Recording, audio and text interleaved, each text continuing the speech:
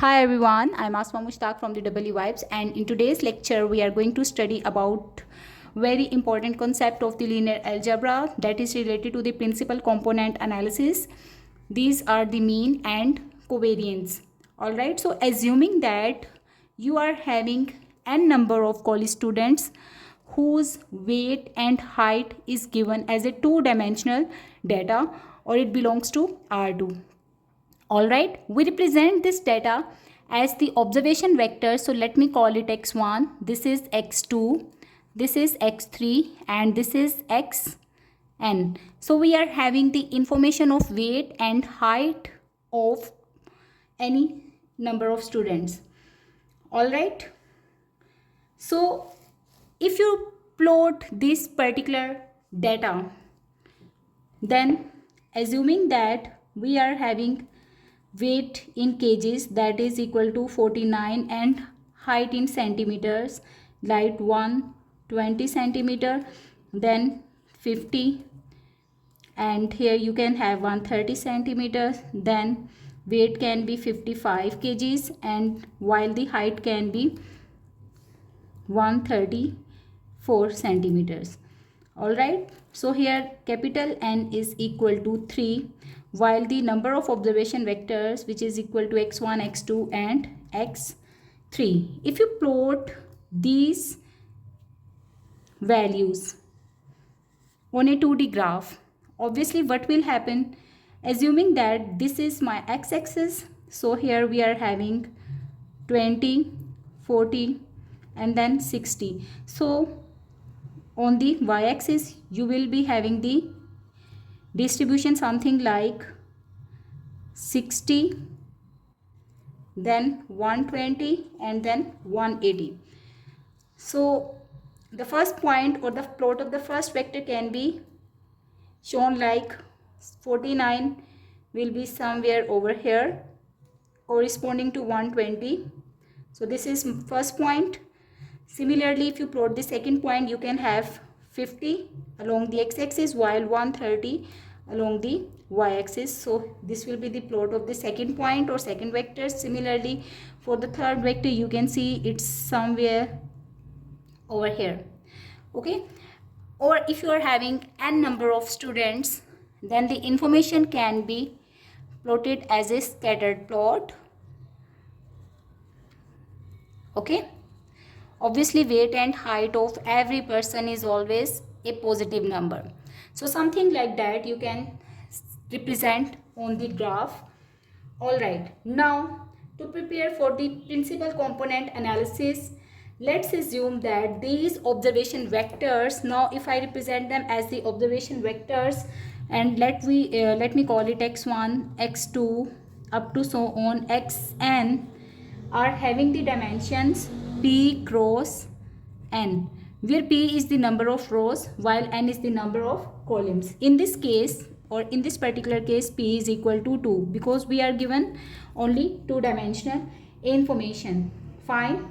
Now the sample mean, which is denoted by capital M, of the observation vectors x1, x2 up to so on xn, can be defined as m is equal to 1 over n, and you will add up all the corresponding vectors components. So x1, x2, x3 until xn. Fine. So this is known as the sample mean. The sample mean is the point in the center of the scatter plot. So basically this is the scatter plot of n number of observations, and the center mean will be a point in the center of the scatter plot. All right, now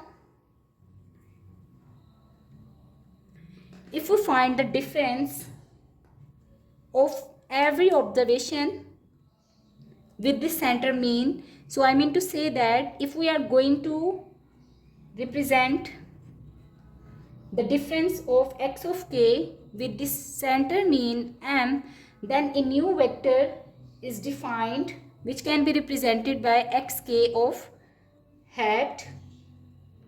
Okay, and this will give me the mean deviation of any particular vector. All right, so for example, if you are saying that this is x1, this is x2, and this is x3, then the difference of each observation vector from its center mean is known as the mean deviation. And now if we define a new matrix B, which will be equal to x1 hat, x2 hat, up to so on xn hat, then this matrix will have the same order just like the above observation vector matrix. Fine, and this is known as the mean deviation form. So this is mean deviation form. Now what is meant by this mean deviation form? Obviously we will get another matrix, fine, which will be deviated from its center point. So each point of observation will be deviated from its center point, and the whole observation point plot will be shifted somewhere around the origin. We will do an example later on that will show that this will be having a zero sample mean.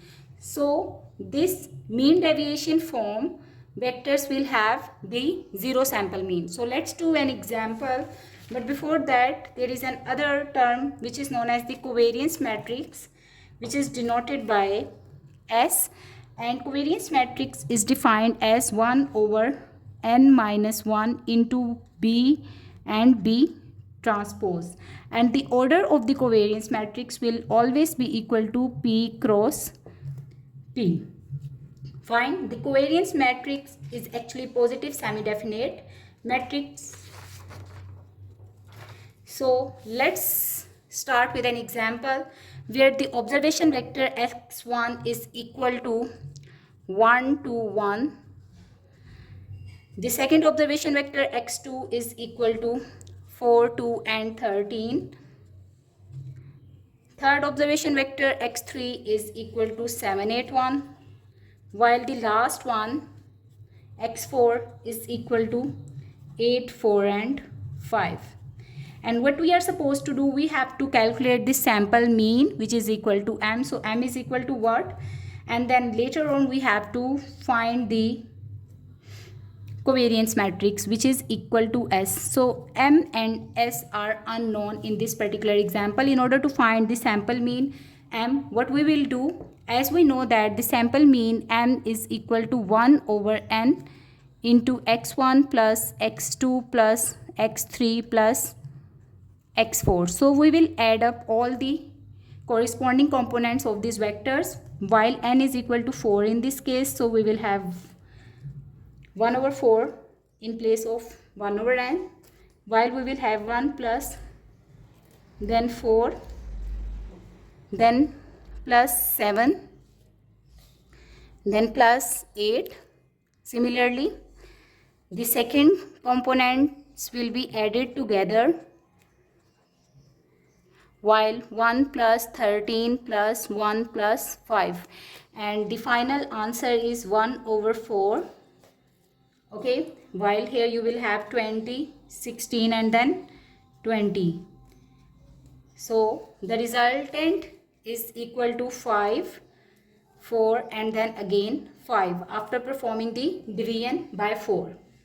Once you have determined the sample mean, the next step is to find the variance. So x1 hat, which is equal to x1 minus m. Okay, so x1 in this case is 1, 2, 1 minus 5, 4 and 5. So after performing the subtraction, x1 hat comes out to be minus 4, minus 2 and then again minus 4. Similarly, x2 hat can be found using the same method, and its value will be minus 1, minus 2 and 8. x3 hat is equal to 2, 4, minus 4, while the last vector, which is x4 hat is equal to 3, 0 and 0. Once you have these vectors, the matrix B can be formed by writing these vectors as the column vectors in it. So minus 4, minus 2 and then minus 4, then minus 1, minus 2, 8, 2, 4, minus 4 and 3, 0, 0. In this way we will construct the matrix B. Alright, now the last step is to find the covariance matrix X, which is equal to 1 over n minus 1 into B transpose. Alright, so let's just do it now.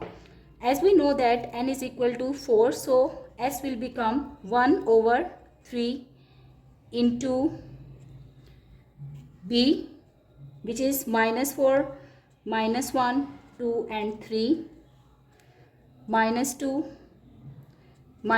4 and 0, minus 4, 8, minus 4 and 0. Okay, now take the transpose of B. So the rows will be converted into the columns. So minus 4, minus 1, 2 and 3, then minus 2, 4 and 0, while we will have minus 4, 8, minus 4 and 0. Alright, after performing the matrix multiplication, we will get to know we will have 1 over 3 outside, while the product of these matrices will result in 30, 18, 0, then 18, 24, minus 24, then 0, minus 24 and 96. Let's just perform the division by 3 and the final answer of S is equal to 10, 6, 0, 6, 8, minus 8, 0, minus 8 and then 32. So this matrix, which is equal to S, is very important matrix, and we will draw different results from this particular matrix S now. In order to discuss the entries in S, so this is basically the matrix S now, whose entries can be represented by I and J. Okay, so S11 is equal to 10, similarly S12 is equal to 6, and similarly Sij is any entry in this particular matrix S.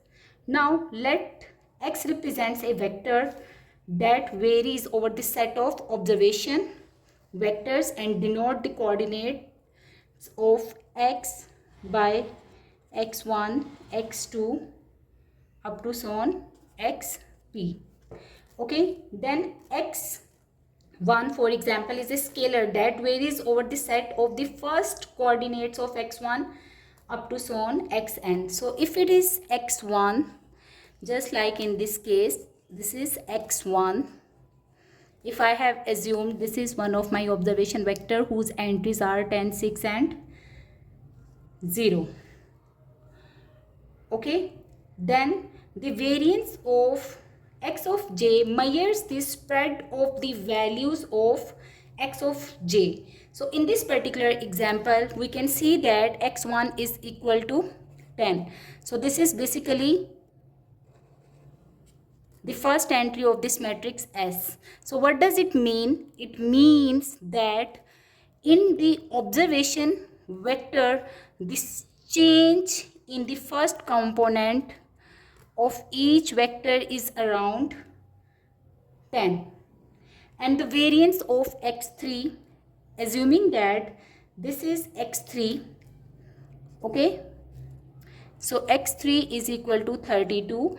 So what does it mean? It means that the change in the third component of my observation vector is quite or widely spreaded. How? First 1, 13, then 1 and 5. So there is a large amount of change and its value is given by 32.